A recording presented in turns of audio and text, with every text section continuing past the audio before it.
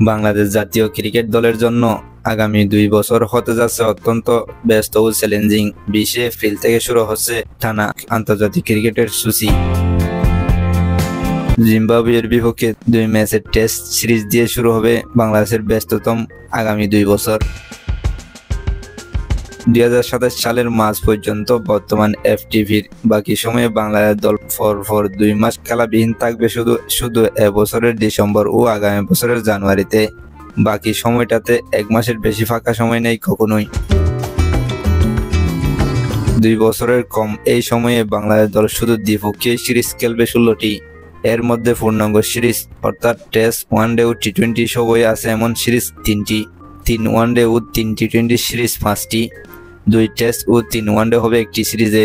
FTV অনুযায়ী 16টি দ্বিপক্ষীয় সিরিজে বাংলাদেশের টেস্ট খেলার কথা মোট 18টি, ওয়ানডে 32টি, টি20ও খেলবে 32টি। এবছরের সেপ্টেম্বরে আছে এশিয়া কাপ টি20 ও আগামী বছরের ফেব্রুয়ারি মার্চে টি20 বিশ্বকাপ। আন্তর্জাতিক ক্রিকেটে দুটো বড় আসর টি20 সংস্করণের বলে এর আগে 20 ওভারের ক্রিকেটে জোর দেবে বাংলাদেশ ক্রিকেট বোর্ড বিসিবি। মে মাসে পাকিস্তান সফরের 3 ওয়ানডে ও 3 টি20 সিরিজটি যেমন 2 বোর্ডের সমঝোতায় রূপান্তরিত হচ্ছে 5 টি20 সিরিজে। এফটিভিতে নতুন ঢুকা আগামী জুলাইয়ে পাকিস্তানের বিপক্ষে হোম সিরিজটিও হবে 3 টি20 ম্যাচে। ব্যস্ত এই সময় বাংলাদেশ দল পার করবে 2027 সালের ওয়ানডে বিশ্বকাপ পর্যন্ত।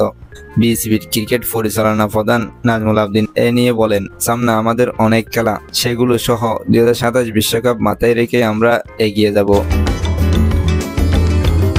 পরিকল্পনা নিয়ে কিছু প্রাথমিক আলোচনা হয়েছে। 8 এপ্রিল কোচ ঢাকায় এলে বিস্তারিত আলোচনা হবে। ক্রিকেটে টানা খেলার চাপ মানেই কঠিন ও ক্লান্তিকর সময়।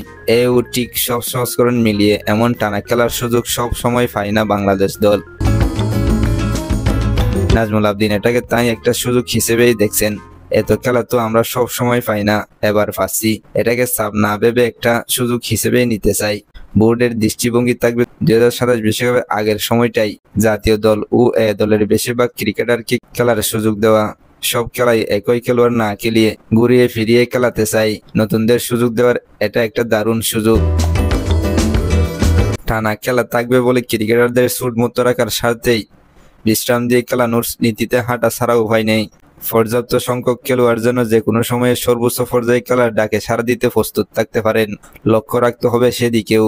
বিসিবির ক্রিকেট পরিচালনা প্রধান জানিয়েছেন, সরবরাহের দ্বারা ঠিক রাখতে এ দল ও হাই পারফরমেন্স দলের খেলা বাড়ানোই গুরুত্ব দেওয়া হচ্ছে। বাংলাদেশ দল কেমন করে দেখার অপেক্ষায় আছে ক্রিকেট ভক্তরা।